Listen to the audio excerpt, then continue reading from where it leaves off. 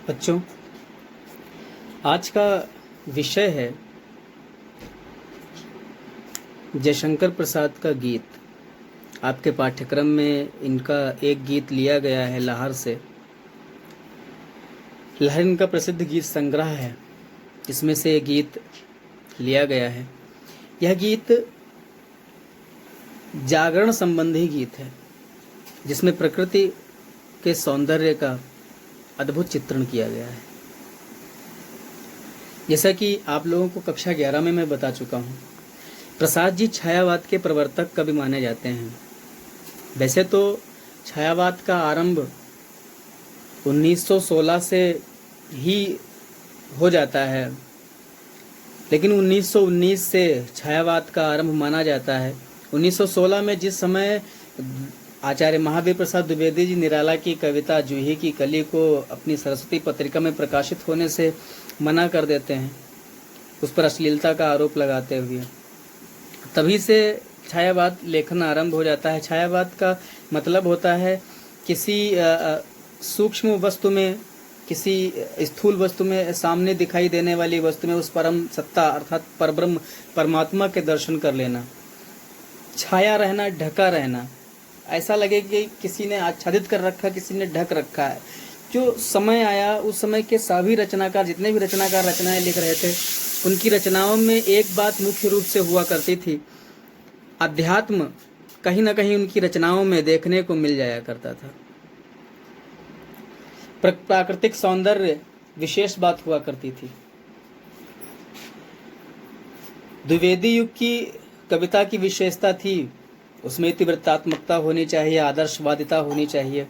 लेकिन छायावाद जब आरंभ हुआ, उस समय समाज में मार्क्सवादी चिंतन आरंभ हो गया था, मार्क्सवाद का प्रभाव आ गया था। सब और कार्ल मार्क्स के सिद्धांत की सराहना हो रही थी।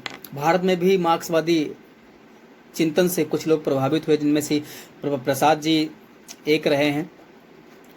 इन्होंने एक नए तरीके से काव्य सृजन करना आरंभ किया और उसी ढंग को छायावाद मान लिया गया।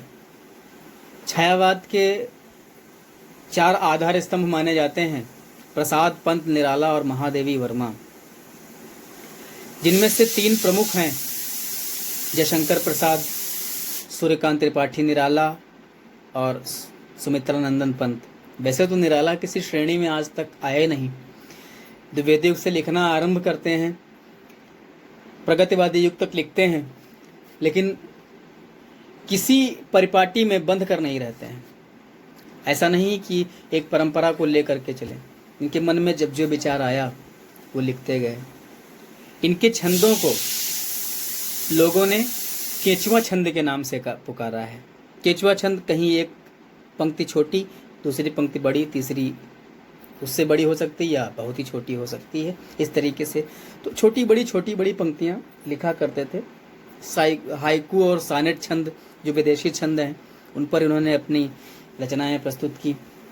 हालांकि भारतीय छंद शास्त्र के बारे में भी काफ़ी जानकारी थी निराला जी को, लेकिन वे कभी किसी परिपाटी में बंद करके नहीं रहे। मैं बात कर रहा था जयशंकर प्रसाद की।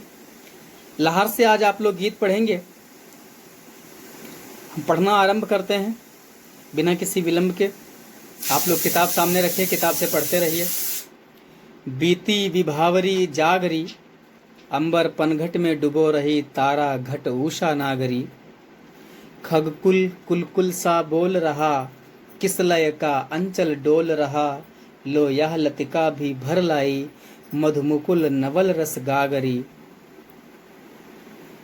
अधरों में राग अमंद पिए, अलकों में मलयज बंद किए। तू अब तक सोई है आली, आंखों में भरे बिहागरी। बीती विभावरी जागरी, ये जागरण संबंधी गीत, जैसा कि मैंने आपको पहले बताया है। बीती विभावरी जागरी, एक सखी अपनी दूसरी सखी को जगाते हुए कहती है कि अरे सखी, बीती विभावरी, विभावरी अर्थात रात, रात बीत चुकी है, जागरी, अरे सखी अब जाग, अब तेरा उठना, जाग जाना उचित होगा। अंबर पनघट में डुबो रही तारा घट उषा नागरी, कहती है अंबर पनघट, आकाश रूपी पनघट में पहले समय में स्त्रियां प्रातः काल में जल भरने के लिए दूर जाया करती थी। घर में नल नहीं हुआ करते थे, कुएं भी बहुत कम हुआ करते थे, तो नदियों के किनारे घाट बने होते थे। एक ऐसा स्थान बना होता था जहाँ से पानी भरा जाए, उसे घाट कहा जाता था। घट जहाँ भरे जाते हैं उसे, उस स्थान को घाट कहा जाता था। तो वहाँ जाती थी पानी भरने के लिए, और सुबह सुबह इसलिए जाती थी, प्रातः काल में इसलिए जाती थी कि पूरे दिन में कहीं जानवर उसी में प्रवेश कर रहे हैं, कहीं लोग इस पार से उस पार जाने के लिए नदी में प्रवेश कर रहे हैं, कहीं लोग नहा रहे हैं, तो पानी गंदा हो जाता था।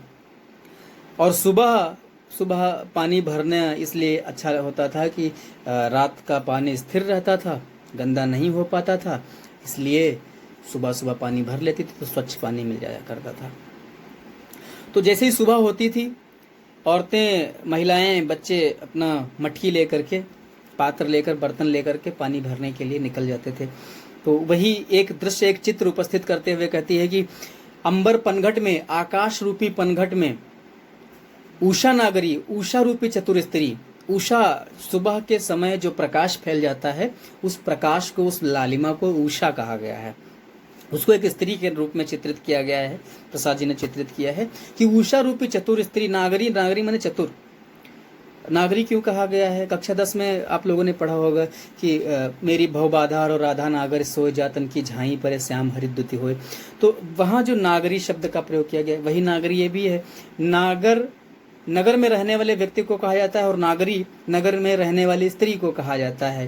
कहा जाता है ग्रामीण उस व्यक्ति के लिए शब्द प्रयोग किया जाता है जो अनपढ़ होता है, अशिक्षित होता है, और जो अशिक्षित होता है ऐसा माना जाता है कि उसमें ज्ञान नहीं होता है। हालांकि ज्ञानम तो सर्वत्र संभवति, ज्ञान तो हर जगह संभव होता है, लेकिन कुछ लोगों का मानना है कि ज्ञान सिर्फ वहीं होता है जहाँ लोग शिक्षित होते हैं। ये बात और है कि शिक्षित लोगों में ढंग आ जाता है, खाने पीने, रहने उठने बैठने का। गांव वाले भले ही किसी दूसरे तरीके से जीविका चलाते हैं, जीवन जीते हैं, लेकिन फिर भी ऐसा नहीं कि वे अज्ञानी हुआ करते हैं। मानना है ऐसा। तो कहता है नगर में रहने वाली स्त्री नागरी, चतुर के लिए नागरी शब्द का प्रयोग किया जाता है। तो वह चतुर स्त्री, चतुर इसलिए है कि सुबह सुबह पहुंच गई है जल भरने के लिए, ये चतुर हो गया। तो उषा रूपी चतुर स्त्री आकाश रूपी पनघट में तारा रूपी घड़ों को डुबोने लगी है। तात्पर्य यह है कि सुबह होने के कारण चारों ओर प्रकाश फैल गया, और प्रकाश के कारण, चूंकि सूर्य के प्रकाश के आगे तारे दिखाई नहीं पड़ते हैं, इसलिए तारे अब छिपने लगे हैं। तारों को घड़ा माना गया है, प्रकाश को उषा रूपी चतुर स्त्री कह दिया गया, और आकाश को पनघट बना दिया गया है। फिर से एक बार देखिएगा, एक सखी अपनी सखी को जगाते हुए कहती कि ये सखी, प्रातः हो गई है, अब तो रात बीत गई है, अब तुझे जागना ही चाहिए, अब तेरा जागना ही उचित है, क्योंकि उषा रूपी चतुर स्त्री तारा रूपी घड़ों को आकाश रूपी पनघट में डुबोने लगी। यहाँ पर रूपक अलंकार है और सांग रूपक अलंकार है। रूपक के दो भेद होते हैं, सांग रूपक और निरंग रूपक। जहाँ सभी अंगों पर किसी एक रूप का दूसरे रूप पर आरोप किया जाता है, वहाँ सांग रूपक अलंकार होता है, और जहाँ किसी एक अंग का अभाव होता है वहाँ निरंग रूपक अलंकार होता है। आप लोग जानते ही होंगे कि अंग कौन कौन से होते हैं, उपमेय, उपमान, साधारण धर्म, वाचक शब्द, इन सब पर जब आरोप किया जाता है, प्रत्येक अंग पर आरोप किया जाता है, तो वहाँ सांग रूपक अलंकार होता है। खग कुल कुल कुल सा बोल रहा, किस लय का अंचल डोल रहा, लो यह लतिका भी भरलाई, मधुमुकुल नवल रस गागरी। सखी कहती है कि देख, सुबह होने के कारण, प्रातः होने के कारण खगकुल, पक्षियों का समूह, कुलकुल सा, कुलकुल मतलब कलरव कर रहा, मीठी मीठी ध्वनियों में बोल रहा, गुंजार करने लगा है, कूजने लगा है, बोलने लगा है, चहकने लगा है। किस लय का अंचल डोल रहा, और सुबह होने के कारण पेड़ों में निकले नए लाल पत्ते भी हिलने लगे हैं, जिन्हें देखकर ऐसा लगता है कि मानो वृक्षों का हवा चलने के कारण आंचल लहरा रहा हो। लोया लतिका भी भर लाई, मधुमुकुल नवल रस गागरी। सखी कहती कि लो पड़ोस में लगी लताएं भी अब फूलों के रूप में पराग और नए रस से परिपूरित हो रही हैं, खिल रही हैं, अर्थात फूलों के रूप में परिवर्तित हो रही हैं। परंतु अधरों में राग अमंद पिए, अलकों में मलयज बंद किए, तू अब तक सोई है आली, आंखों में भरे बिहागरी। आली माने सखी, कि हे सखी, अपने होठों के पर प्रेम के रस को जैसा का तैसा, कभी फीका ना पड़ने वाले प्रेम के रस को अपनी होठों पर लिए हुए, अपने बालों में मलय पर्वत से आने वाली शीतल बंद सुगंधित वायु को संजोए हुए, अपनी आंखों में वियोग के संगीत लिए, अपने प्रियतम से मिलन के संगीत लिए तू अभी तक सोई हुई है, जबकि संपूर्ण संसार में जागरण हो चुका है। तेरा अब सोना उचित नहीं है, अतः तुझे जागना चाहिए। अधरों में राग अमंद पिए, अलकों में मलयज बंद किए। यह वही स्त्री हो सकती है जिसका पति उसके पास नहीं हो।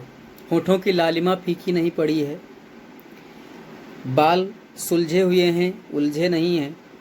जो द्रव्य प्रयोग किया गया था बालों में, उसकी सुगंध अभी भी बालों में विद्यमान है। इसका तात्पर्य यह है कि तेरा पति तेरे साथ नहीं था और इसीलिए उस पति के वियोग के कारण उसके सपने देखते हुए तू अभी तक सोई हुई है, जबकि संपूर्ण संसार में जागरण हो चुका है। अतः तुझे भी अब उठ जाना चाहिए, जाग जाना चाहिए। इसमें अगर देखा जाए तो यहाँ देखिए,